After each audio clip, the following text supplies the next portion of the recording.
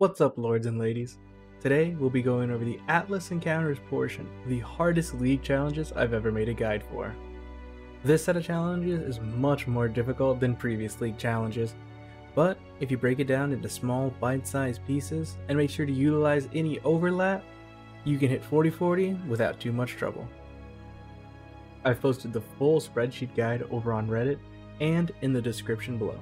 As always, everything is streamed live over at twitch.tv/8throwstv. Come say hey.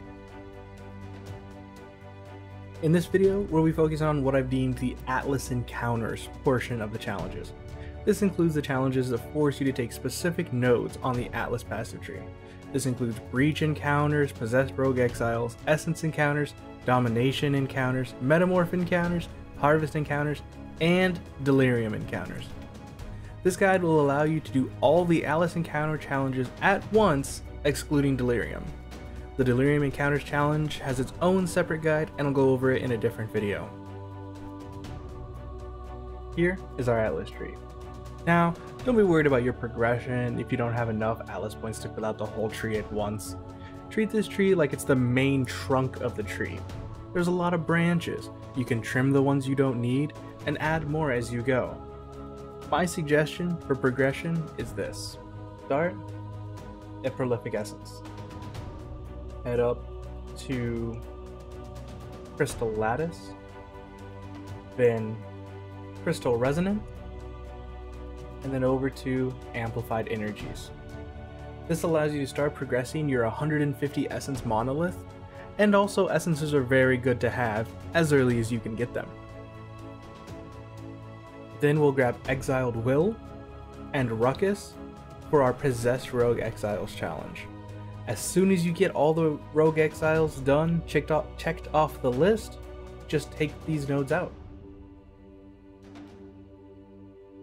Then we travel up through Heart of the Grove, over to All That Glitters. All That Glitters is quite important, as it gives us the Covetous Shrine, which is the entirety of the Domination Encounters challenge. You have to kill a specific list of monsters while you have the Covetous Shrine buff to get completion. Get this early so you can get completion for all the monsters. Next, make sure you have the Escape Experiment node.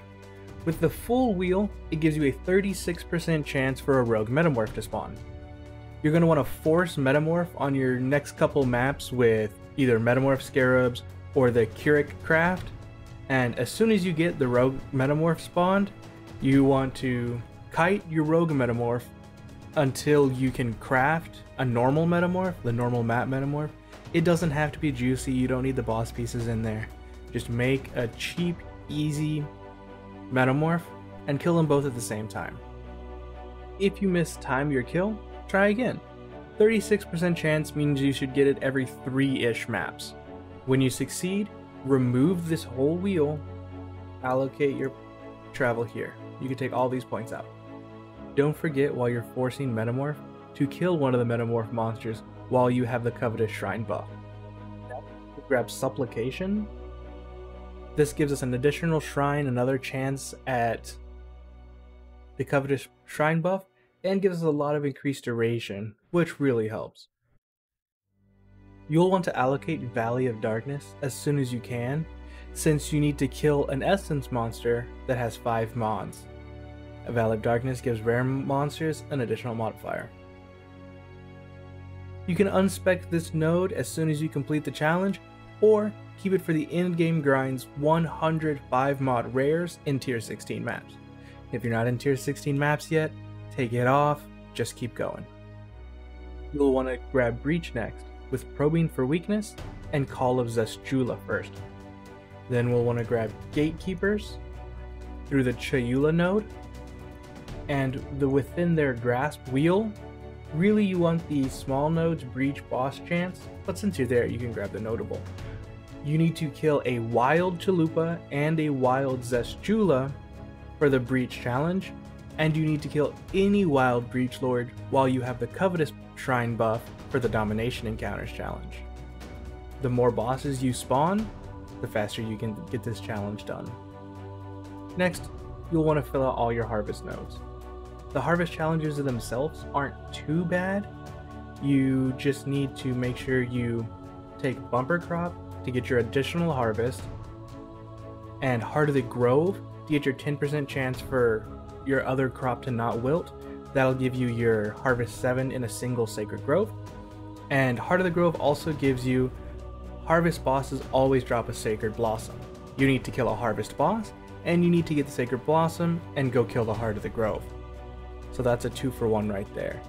It will take some time for your harvest boss to spawn. Keep the nodes allocated, do what you do, just keep running maps, you'll get there. For the Eldritch Altars encounter, you have 2 options. You can either grab Eldritch Gaze and Shadow of Hunger and start on your Eater of World altars, your blue altars, or you come over here, grab Wrath of the Cosmos and the Light of Dawn. That allows you to keep progressing the challenge for your red altars, your Cyrenix altars. You can do both at once if you wish, but those downsides are pretty heavy, so you will get very rippy very quickly, and you can only choose one altar at a time per map.